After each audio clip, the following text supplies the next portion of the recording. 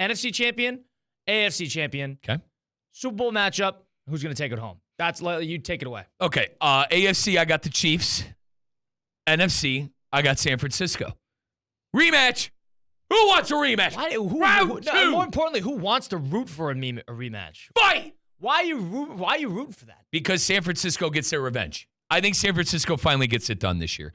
If they lose 3 times. A lot of people, Colin, including our very own Theo Dorsey, who I love dearly, he thinks it's more likely the Niners don't make the playoffs and get back to the Super Bowl. So I'm not buying the whole Niner doomsday thing. Now, if someone gets hurt, if someone gets hurt, like say a key player, say Brock Purdy gets hurt, forget about it. But if they're healthy, I think they win the Super Bowl this year.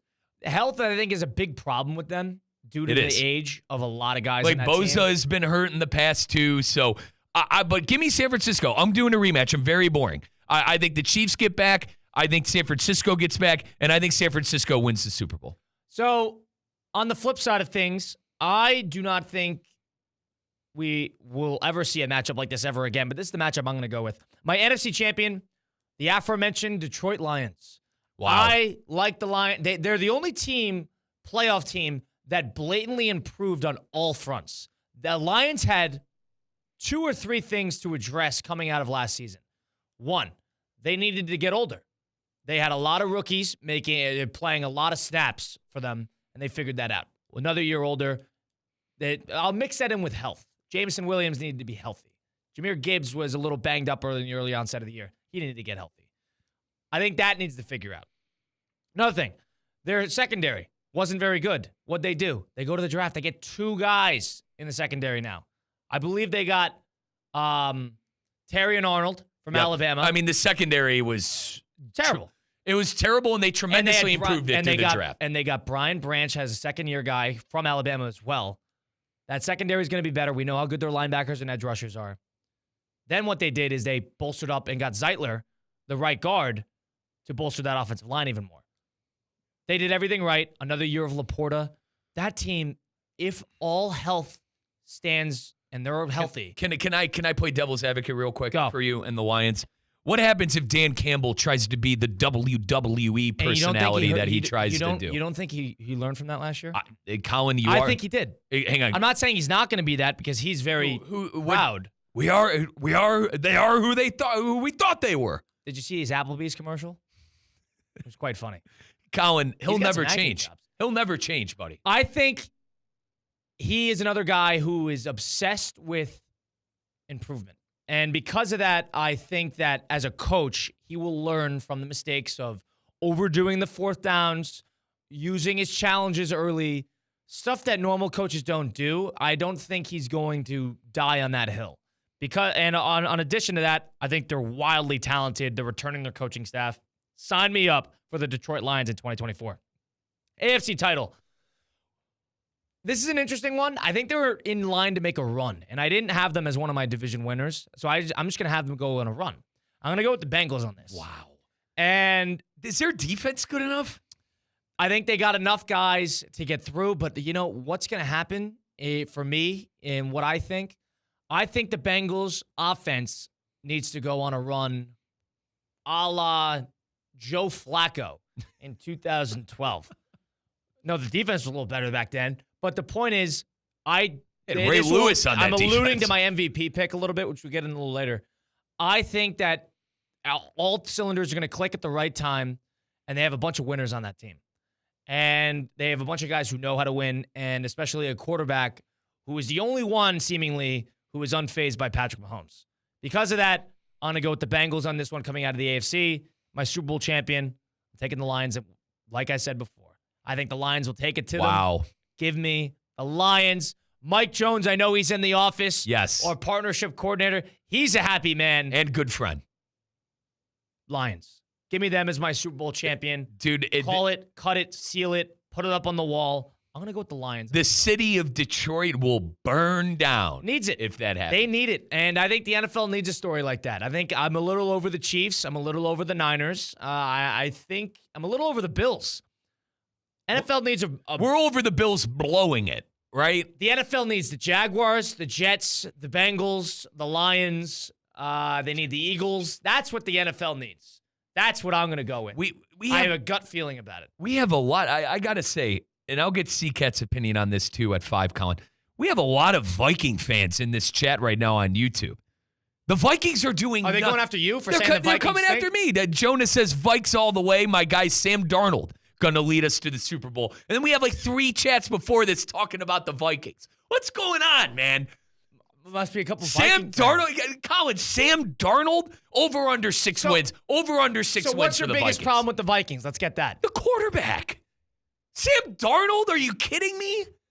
Come on, Colin. I listen, I don't think they're going to win 8 games. I don't think they're going to win 8 games. Did Sam Darnold play for USC last year? Like, what are we doing? Sam Darnold's a journeyman who will never figure it out in the NFL. What about the head coach? Good head coach. Dude, that guy does too much. That guy does too much. You're not a Stefanski guy. No, Stefanski. What about Stefanski is for the Stefanski's on the Browns. No, I'm sorry. O'Connell. Excuse me, I always mix them up. O'Connell, because you want to know why? They're like one and the same. But I love Stefanski because I'm a biased. You're not a Justin Jefferson guy. Who's going to get him the ball? Darnold. Dude, he's going to pull a Stephon Diggs this year and be throwing hissy fits on the sideline when he's catching like 40 yards a game. So you're not high on the Vikings. I am not high on the Vikings. I'm not high on Brian Flores either. Okay, and the situation going on there with him bashing Tua, suing the team, it's an awful look. He took the high road on that. He took the high road on it. You want to know the problem? He's suing the Dolphins for unlawful firing. Well, that's a whole other thing. But exactly. On the Tua situation, he did. I don't think the defense is nearly good enough either. They go, we've made improvements. Okay. Jonathan Grenard, you got rid of Daniel Hunter and you added Grenard. Let me get your thoughts on a couple other things. Personal player awards. I want to start with the MVP, and we'll go down the list. Who's your MVP? Josh Allen. Josh Allen got voted he was the most overrated quarterback, was it? I did see that, which I completely disagree with. Completely disagreed with that. He actually trolled about it on radio stations and on his social media. I'm going MVP Josh Allen. I think that with Stephon Diggs out as well, I think he has a lot to prove. I think he is going to go for it all regular season and in the postseason. Granted, I don't have him getting it done because I have the Chiefs getting back. But give me Josh Allen as my MVP. I think he puts up crazy numbers. I feel like this is a cookie-cutter answer from me, too. But Burrow, I alluded to it earlier before. I think that this team could win 10, 11 games. And the Ravens might get their 12 or 13. But Burrow, I think, is going to put together his most complete season yet. Cut down in the turnovers. Stay healthy. Stay healthy. And I think he's in good position. I think the voters need a change of pace. So give me Burrow on this. And I want to let's do both of them grouped together. Offensive and defensive player of the year. Rizzo, who are you going with?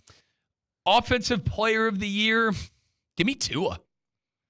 I think Tua throws for crazy numbers again. I think Tyreek Hill and Jalen Waddle ball out.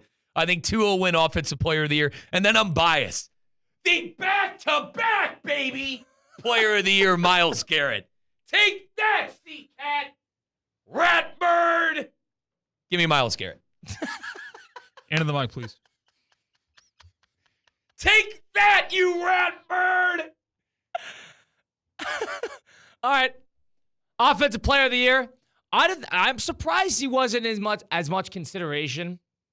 Tyreek Hill. An unworldly offensive season. Don't they love giving this to quarterbacks, though, Colin? Yeah. Right? Don't they love giving this award to a quarterback? Yeah, but I think the MVP is going to go to the quarterback. So give me Tyreek Hill on this. Defensive player of the year, he's improved. I'm surprised that this hasn't come up. He's improved every year in the NFL. He plays for a bad team, sure, but high output, and he's never missed a game. Max Crosby.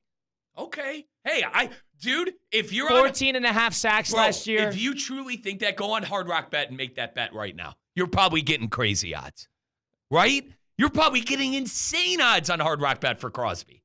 Okay. You should, dude, sprinkle like 5. I think he's probably the third best odds. It's probably him. It's probably Garrett, Watt, then probably Crosby. Go. Just a little sprinkle.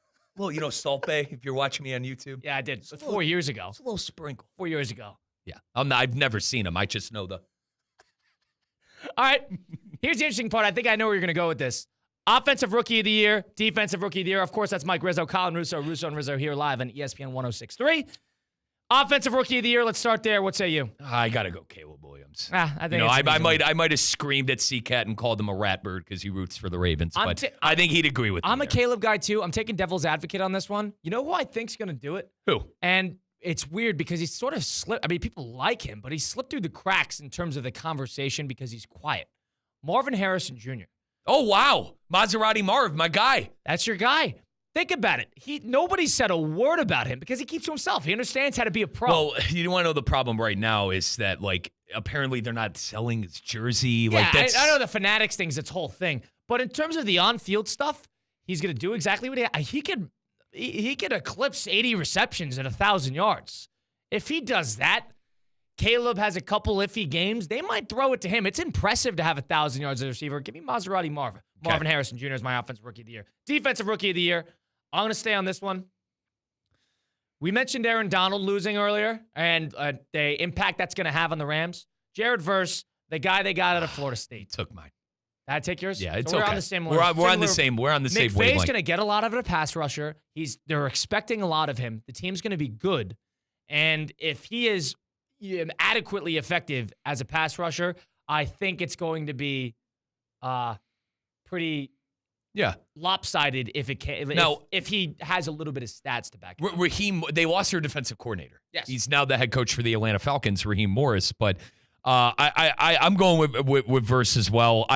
I mean, as an edge rusher, too, you're going to be rushing after the quarterback every play. If this kid has 8.5, 9 sacks, he's going to win. They're going to be requesting a lot of him. Yeah. So he needs to play well. And if he plays well for a good team, I'm okay with it.